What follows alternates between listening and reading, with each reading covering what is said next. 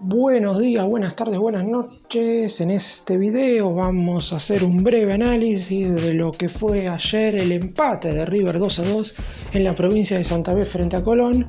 Una igualdad que por cómo se dio el partido claramente termina siendo mucho más negativa que positiva. La realidad es que el elenco de De Michelis jugó un muy mal primer tiempo. La realidad es que el DT, por lo menos a mi entender, volvió a equivocarse en la formación inicial, por lo menos en este caso. Quizás en los anteriores cotejos acertaba la formación y después se equivocaba en los cambios. En esta oportunidad creo que quizás no falló en todo, porque hay mucha responsabilidad de los futbolistas a la hora de no poder ganar ese partido. Voy a comentarlo durante el análisis, pero en definitiva, ya de por sí, si tenés que terminar el primer tiempo perdiendo 2-1 y River la única forma que tuvo de volver a meterse el partido fue porque un jugador de Colón se fue expulsado debido a una patada que pegó sobre el final de la primera parte, la realidad es que es preocupante. Pero sabemos que este River jugando de visitante verdaderamente baja 5 escalones en comparación a como lo hace en condición de local, y por eso mismo también hay algunas cosas medianamente positivas. Voy a estar repasando absolutamente todo.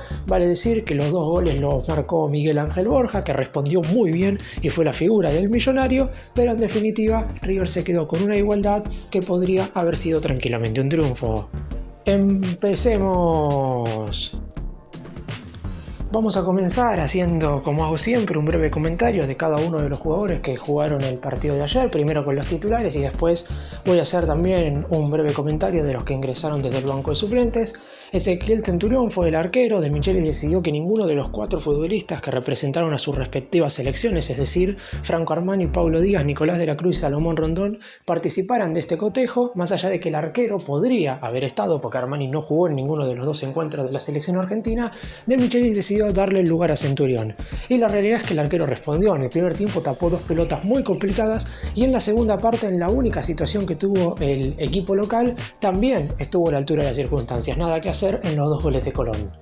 En cuanto a la línea defensiva, claramente se puede separar toda la defensa en 2 bloques. Por un lado, Herrera y González Pires, y por el otro, Martínez y Casco. Vamos a empezar con lo positivo medianamente. Herrera y González Pires, sin hacer ninguno de los dos un gran partido, jugaron infinitamente mejor de lo que lo hicieron Martínez y Casco. Herrera de hecho tuvo la chance más clara de River en el segundo tiempo para ganar el cotejo, cuando con un remate de media distancia terminó, el balón rozó el palo derecho del guardameta de Colón. Y González Pires, si bien es cierto que pudo haber perdido alguna jugada dividida, claramente da muchísima más seguridad que la que dio Iturralde Martínez. Por el lado izquierdo, el primer tiempo, sobre todo esos 45 minutos en los cuales Colón supo qué hacer en todo momento por el lado izquierdo de la defensa de River, verdaderamente Martínez y Casco fueron un desastre. Y no hay mucho más que agregar en el sentido de que no hicieron nada bien. Después, en la segunda parte, con un hombre menos, Casco se fue reemplazado por Enzo Díaz y Martínez obviamente se quedó porque no iban a hacer un cambio reemplazando a un central. Está claro que en la segunda parte sufrieron bastante menos, pero el primer tiempo fue verdaderamente llamativo, como Martínez y Casco parecía que no se hablaban, porque alguna desatención podía llegar a tener. De hecho, el penal de Casco termina quizás siendo una jugada infortunada, porque si no era penal era gol, pero en la previa de esa jugada que voy a estar mencionando durante el transcurso del video, hay una pasividad en la marca a la hora de tener que justamente estar encima de un delantero como Wanchope Ávila, que sabes que si tiene la pelota en los pies es muy complicado quitarle el balón, y los defensores de River se encargaron de que en esa primera parte pudiera hacer cualquier cosa. Por eso mismo, Herrera y González Pires, aceptable partido sin destacarse demasiado, pero del otro lado Martínez y Casco tuvieron un flojo rendimiento. En la mitad de la cancha, Enzo Pérez se volvió a sentir solo por el simple hecho de que Palavecino no siente esa función como sí lo hacen De la Cruz y Aliendro, y me llama la atención que Aliendro no haya jugado, teniendo en cuenta que es quien había ingresado desde la segunda parte en los partidos anteriores. Eso igual lo voy a estar desglosando un poco más adelante cuando hable del director técnico y de algunas decisiones que no se entienden, pero en general el partido de Enzo Pérez fue un tanto confuso, con algunas veces llegando tarde, correcto en cuanto a la distribución de la pelota. Palavecino jugó mal porque no siente esa posición. Lo mejor de Palavecino en River se vio con 2 mediocampistas centrales atrás, cuando jugaban Enzo Pérez y Enzo Fernández, y él estaba por delante de esa línea. Claramente no es un jugador que se pueda compenetrar con el hoy capitán de River. Nacho Fernández fue el mejor de los tres mediocampistas ofensivos, o por lo menos el más determinante, porque le dio una gran asistencia a Borja para el segundo gol de River, y la realidad es que por lo menos en este encuentro no cometió tantos errores como en anteriores partidos. En el caso de Barco y Lanzini, movieron el balón correctamente, pero siempre les falta tener más gol. La realidad es que por ser los mediocampistas que más cercanos juegan al área rival, deberían tener más tantos convertidos, y hasta este momento Barco solo tiene uno, y fue de rebote luego de un penal en la primera fecha, y Lanzini todavía no ha podido marcar desde su regreso a River. Y el centrodelantero fue Borja, que fue la gran figura del partido. Más allá de los dos tantos, uno de cabeza y otro con una gran definición, participó totalmente del juego. El equipo no extrañó a Rondón, que es un futbolista de selección y que lo venía haciendo bien en los últimos cotejos, por lo que el colombiano estuvo por encima de todos en este partido. En la segunda parte, los que ingresaron no lograron cambiar mucho lo que venía mostrando River. A mí me parece que hay una confusión en cuanto a la posición donde tiene que jugar Colidio, porque prácticamente juega de mediocampista ofensivo y la realidad es que Colidio es delantero. Ahí me parece que hay error del DT, y después está claro que ni Suárez ni Solari, el Piti Martínez jugó muy poco, pero ninguno pudo verdaderamente cambiar en los últimos minutos lo que debería haber sido un triunfo claro del equipo de Martín de Michelis. Vamos ahora a analizar los dos tiempos porque fueron bastante distintos. Más allá de que River en general jugó mal, la realidad está claro que en la primera etapa el Millonario sufrió el partido y en la segunda jugó mal porque no pudo destrabar el encuentro. Los primeros 45 minutos verdaderamente, sobre todo en materia defensiva de River, fueron muy malos, sobre todo porque Colón sabía perfectamente lo que tenía que hacer como para que el equipo de Michelis sufriera en ese sentido. Pelotazos largos a la espalda de Casco que no lograba o regresar o presionar lo suficientemente bien como para que el balón no llegara a ese sector donde en todo momento, ya sea Rubén Bota, que fue quien convirtió los dos goles de Colón, o el lateral derecho Eric Mesa, llegaran con muchísima facilidad. En la primera jugada a fondo del partido para Colón, Bota le gana en velocidad a Enzo Pérez, algo totalmente lógico teniendo en cuenta que Enzo Pérez no debería marcar mano a mano a Bota porque obviamente Casco no estaba. Y después Martínez no cierra en ningún momento tampoco, más allá de que la jugada ya estaba medio perdida cuando Bota encaró para el área. Solo quedaba que el futbolista de Colón fallara su tiro para que no fuera gol. Obviamente no lo erró y Colón se puso en ventaja. ¿Qué es lo positivo que hizo River en este encuentro? Que empató rápido, porque en la siguiente jugada, para tratar de convertir del equipo de Michelis, gran centro de Nacho Fernández, que por cierto hizo las dos asistencias, no solamente una, como dije en el análisis, lo cual se destaca más todavía este cotejo en particular de Nacho. Muy buen centro, falla el arquero de Colón y Borja le gana absolutamente a todos en el área rival para marcar la igualdad. Fue muy rápido este empate de River, por lo que uno suponía que el equipo de Michelis podía reponerse de manera veloz. A los 8 Bota abrió el marcador y a los 11 Borja ya había empatado el encuentro. Sin embargo, River siguió mostrándose muy endeble defensivamente. En primera instancia, Centurión tapó un remate de Wanchope Ávila muy bien abajo, el arquero de River, y posteriormente llegaría la jugada del penal.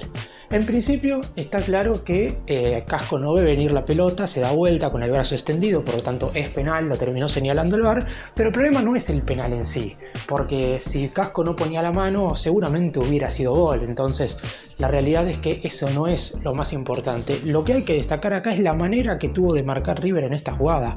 Un pelotazo largo de Bota y Wanchope Ávila se mete entre Martínez y Casco con muchísima facilidad. Tiene tiempo de parar la pelota, tiene tiempo de darse vuelta y obviamente también tiene tiempo de rematar. La mano de Casco hace que sea penal y Bota desde los 12 pasos terminó marcando el 2-1.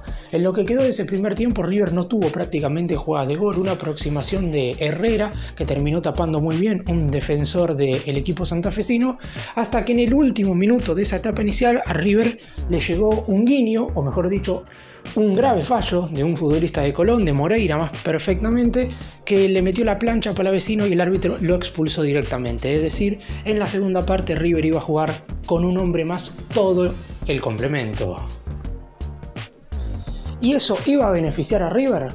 La realidad es que en el transcurso del segundo tiempo no lo benefició en ningún momento, porque si bien es cierto que esto provocó que Colón prácticamente no cruzara la mitad de la cancha, la realidad es que River tampoco se podía meter en el área. Más allá, y otro punto positivo no de Martín de Michelis y del equipo, sino de las circunstancias, porque River empató rápido en el primer tiempo, lo que pudo hacer que se recuperara rápidamente y no lo hizo. Y acá mete el gol en el primer minuto del segundo tiempo, es decir, iguala el partido rápidamente.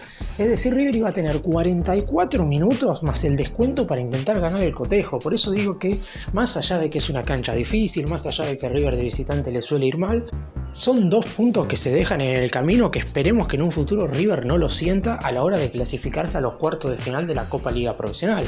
Gran asistencia de Nacho Fernández para Borja, que define muy pero muy bien ante la salida del arquero rival, y 2-2. A partir de ahí, en lo que respecta a la tenencia de la pelota y a la posesión del balón, River siempre tuvo el dominio del juego. ¿Qué es lo que pasa? El arquero de Colón recién tapó la primer pelota, es decir, River remató, pero en ningún momento el balón fue al arco hasta los 44 minutos del segundo tiempo. Es decir, al arquero le hicieron un gol y después tuvo que volver a reaccionar cuando ya quedaba tan solo un minuto, con un tiro libre del Piti Martínez que casi se le mete. Buena reacción en esta oportunidad del guardameta del elenco anfitrión. Antes de eso, River tuvo muchísimas aproximaciones, pero sin pegarle al arco, malas decisiones en general, remates de media distancia que se fueron muy desviados. Prácticamente todos pudieron tener la oportunidad de patear de afuera. Lo hizo Solari, lo hizo Suárez, lo hizo Enzo Pérez, le pegó también Lanzini. La realidad es que no solamente ninguno no logró convertir el gol, sino que ninguno pudo acertarle al arco, salvo el disparo de Herrera, que sí tuvo un destino verdaderamente bueno, pero que terminó rozando el palo porque fue lo único que, por lo menos en su remate, logró direccionar el disparo como para que fuera peligroso. El resto de los jugadores estuvieron muy por debajo de lo que se esperaba en ofensiva, y la realidad es que River en ningún momento mereció ganar el partido, porque uno no puede decir que River mereció más por el hecho de tener la pelota y por el hecho de no sufrir, porque eso se debe al error del jugador de Colón en el final del primer tiempo. Si no, a lo mejor la segunda etapa hubiera sido igual que la primera, con River sufriendo defensivamente. En ese sentido, por lo menos sí responsabilizo a algunos jugadores, porque la realidad es que en primera instancia Borja ya había metido 2 goles y no le dieron ni una sola pelota como para poder marcar el tercero, porque estaba en estado de gracia, estaba haciendo un muy buen partido y seguramente el más grande hubiera podido ganar el encuentro. Lamentablemente se dejaron 2 puntos en el camino que, como dije, esperemos que River no lo sienta al final de la etapa regular de esta zona A de la Copa Liga Profesional. Y vamos ahora a hablar de Michelis, porque si bien es cierto que la crítica puede ser a veces un tanto excesiva, cuando el propio entrenador en conferencia de prensa no explica algunas situaciones que se dan durante el partido, o por qué tomó ciertas determinaciones que verdaderamente no se explican teniendo en cuenta lo que venía haciendo, la realidad es que hay que remarcarlo, sobre todo si esas nuevas decisiones que toma claramente no apoyan al equipo dentro del campo de juego. En primera instancia, es cierto que Ramiro Funes Mori no venía teniendo un buen papel y que Héctor David Martínez fue titular después de muchísimo tiempo. De hecho, la última vez que había estado desde el arranque en un partido oficial había sido el 7 de octubre del 2022, hace más de un año que no juega Martínez desde el inicio. Y algunos se preguntan por qué no juega Boselli. El mismo DT explicó en conferencia de prensa que se debe a que todavía tiene que seguir perfeccionando algunas cuestiones. Está claro que después de ver el partido que hizo Martínez, uno pide a Boselli a gritos, sabiendo igual que el titular en ese lugar es Pablo Díaz. Es decir, sea quien juegue en ese sector, la realidad es que cuando el chileno esté, que va a ser contra Independiente, esperemos, la dupla central va a volver a ser Pires con Díaz. Pero en general, si ya se le dio la chance a Funes Mori, ahora se le dio la chance a Martínez, espero que en el próximo partido que no juegue Pires o que no juegue Pablo Díaz, Boselli tenga su posibilidad, porque si no ahí ya empezamos a entrar en un terreno en el que sí no se entiende por qué se deja en la cancha a un jugador que jugó mal. Otra cosa tiene que ver con el rendimiento de Casco. Si este nivel del lateral izquierdo no lo pone en el banco como para que Enzo Díaz juegue 2 o 3 partidos seguidos como titular, también es una decisión que no se entendería, porque si bien es verdad que Enzo Díaz cuando entró ayer contra Colón tampoco es que tuvo un gran nivel, la realidad es que ingresó en un momento en el cual ya no había que marcar demasiado, porque River al estar con un hombre de más y Colón al refugiarse ya no hubo que preocuparse tanto en materia defensiva, pero la verdad es que Enzo Díaz debería tener las posibilidades que tiene Casco jugando de titular en ese sector, y Casco, viendo el rendimiento que está teniendo, debería sentarse algunos partidos en el banco de suplentes. Después, y a mi entender la decisión más inentendible de todas, es poner a Palavecino de titular. No porque Palavecino ya no pueda jugar nunca más en River, como dije en el análisis anterior, me parece que Palavecino rendiría más jugando con 2 mediocampistas detrás y él siendo más el enganche o el mediocampista ofensivo, es decir, Palavecino a mi entender debería jugar en el lugar de Lanzini cuando este no esté. Ahora, si los 3 partidos anteriores, es decir, contra Banfield, contra Boca y contra Talleres, Palavecino no ingresó nunca en el segundo tiempo y el que entró fue Aliendro, ¿por qué ahora, ante la ausencia de Nicolás de la Cruz, el que juega es Palavecino y no juega Aliendro, que es quien venía ingresando?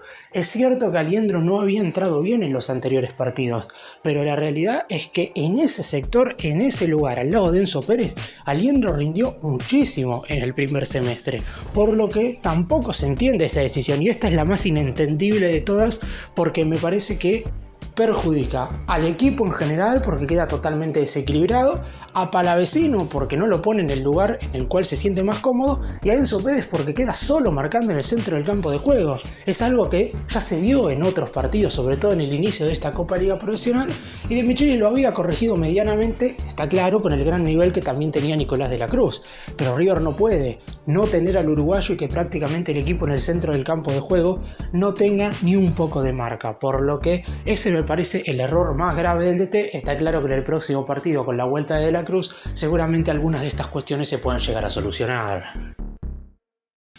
Para cerrar y contar un poco lo que viene, si bien es cierto que son 2 puntos perdidos a mi entender, dolorosos por cómo se dio el partido, lo positivo, y teniendo en cuenta el fixture que viene, el Millonario puede recuperar la cima de la tabla de posiciones por sus propios medios, porque el líder hoy por hoy es Independiente con 18 puntos y River marcha segundo con 17, pero en el próximo encuentro River jugará contra el Rojo en condición de local en el Monumental el siguiente miércoles desde las 21 horas, y en caso de ganar lo estará superando por 2 unidades, por lo que los 2 puntos perdidos claramente duelen, porque a mi entender se podía ganar este partido y haciendo las cosas medianamente bien. Ni siquiera River tenía que jugar el partido perfecto, pero lamentablemente no lo hizo.